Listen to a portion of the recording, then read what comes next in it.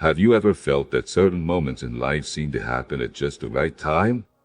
As if even pain had a kind of cosmic punctuality? Imagine for a moment that no joy, no loss, no reunion occurred without a reason. What if every detail of your path carried a hidden teaching? Why do some experiences seem to repeat, even when we try to avoid them? And why do certain painful events, over time, seem like they came to transform us? The answer lies in a deep insight taught by Buddhism for centuries. Nothing is random. Every event, pleasant or not, is a natural consequence, a link between past actions and future lessons. According to Buddhist teachings, life works like a great network of causes and conditions. Nothing appears by itself. Each situation is the result of countless factors that cross paths through time and space. When we understand this, we realize that the present is a harvest of everything we've already planted, consciously or not. Impermanence, finding peace through acceptance. One of the central truths of Buddhism is impermanence. Nothing stays fixed. Emotions come and go, relationships evolve, even our body is constantly changing. Yet we suffer when we insist that everything remain the same. We want joy to last forever and pain to vanish instantly. But life doesn't work that way. It moves like a river, continuously. And the more we try to block the flow, the harder it becomes to move forward. Learning to accept this fluidity doesn't mean being passive, but gaining the serenity to walk alongside what is, not what we wish it to be. If this content resonates with you, hit the like button and subscribe to the channel. That helps us keep sharing reflections like this one. Nature as a silent teacher. Look at the trees. They don't complain when they lose their leaves. They simply trust the cycle. And when spring comes, they're ready to bloom again. This trust in transformation is what Buddhism invites us to cultivate. Let go of what no longer serves, without fear of what's to come. When we adopt this posture, we stop resisting change. We begin to see every ending as a new beginning. The present becomes more precious, because we understand that nothing lasts forever, neither pain nor joy. This brings us freedom. Cause and effect, the true meaning of karma. The idea of karma is often misunderstood. It's not about punishment or reward, but natural consequence. Everything we do, think, and feel creates energy that returns to us. Sometimes quickly, sometimes after many years. But it always returns. Think of a stone thrown into a lake. The ripples extend far beyond the point of impact.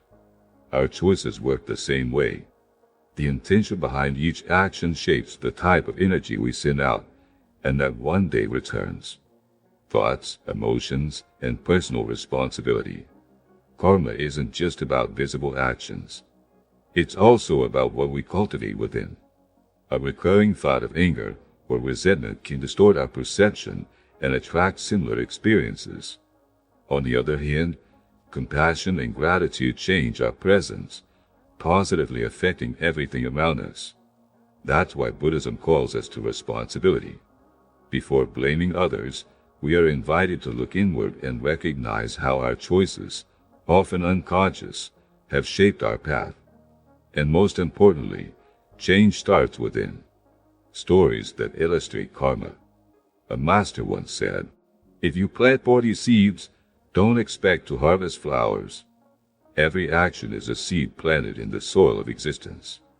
And the fruit we reap will directly reflect what we nurture today, through our gestures, words, and even our silences.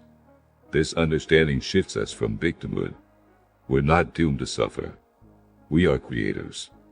If we planted pain before, we can now plant peace and harvest something entirely new. Letting go, true freedom. We cling to people, ideas, dreams. But attachment, according to Buddhism, is one of the main sources of suffering. Letting go doesn't mean giving up on love or desires. It means loving without needing to possess, living without demanding permanence. When we release control, we discover a new form of freedom. Not because we start feeling, but because we start depending on external things to find balance, living with less resistance. Resisting what already is a subtle form of suffering. How often do we get stuck in, "This shouldn't have happened," but reality doesn't change just because we resist. It transforms when we stop fighting it and start cooperating with what's before us. Accepting what we can't control gives us back the energy to change what we can. That's where wisdom lives. Stories of acceptance and insight. An old farmer lost his horse. The neighbor said, "What bad luck." He replied, "Who knows?" Days later, the horse returned with wild horses. "What good fortune," they said. Again, he replied, "Who knows?" His son tried to tame one of the wild horses, fell, and broke his leg. The villagers cried, "How terrible!" And again he answered, "Who knows?"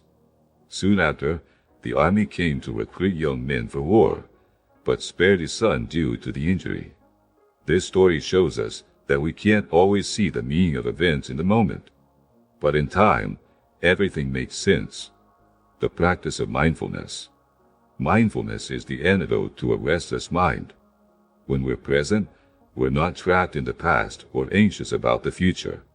To be present is to live fully, even in the simplest tasks, breathing, eating, listening. The now is the only real moment we have, and it's where balance can be found. What we learn from all this: life is not random. Every pain, every joy, every encounter plays a role in shaping who we are.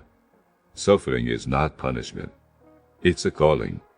And the present is our only chance to answer with wisdom. Like the video? Hit like, share, and subscribe to keep walking this path of transformation with us.